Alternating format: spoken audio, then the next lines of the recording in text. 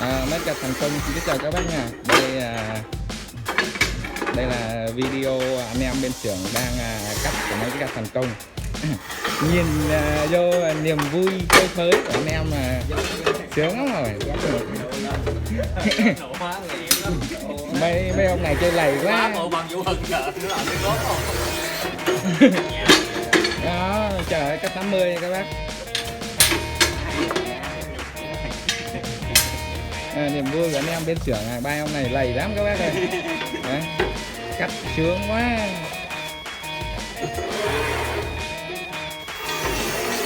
Đó.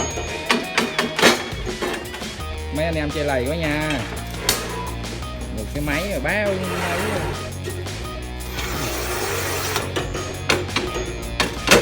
Đó, lựa.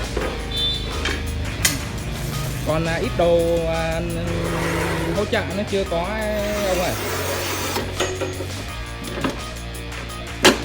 Đủ quá. Rồi các bác nhìn đường cắt cho các bác. Thực chất. Nhìn nụ cười trên môi rất là vui. Yeah. Rất là vui khi nhìn thấy nụ cười trên môi anh em. Vậy là sướng rồi đúng không? Sướng.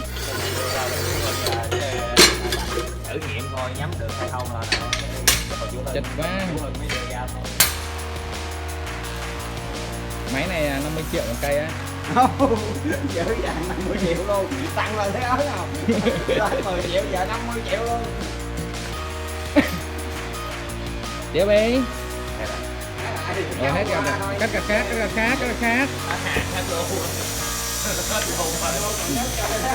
Gạch đấy này, mang cắt hết đi. Trời thử máy ngon lành. Cười cắt. Mấy bác rồi sướng quá cười. Nghề giải lao hả? Máy này cắt thì có một người thôi chứ, cắt gì nhiều đó.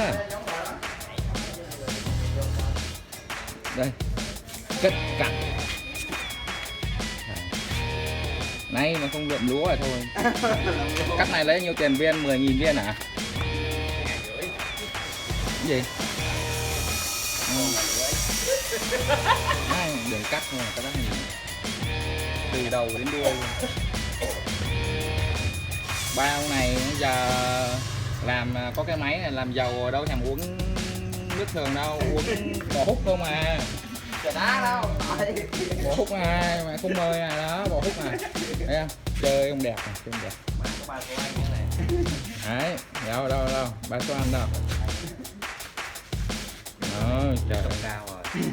Lấy máy về giàu sang phú quý này. Quên anh em ba số anh. Cái video này nếu các bác thấy hay thì các bác nhớ đăng ký kênh nhé và theo dõi những cái sản phẩm mới nhất máy cắt thành công sẽ đưa ra lò. Được, xin chào các bác.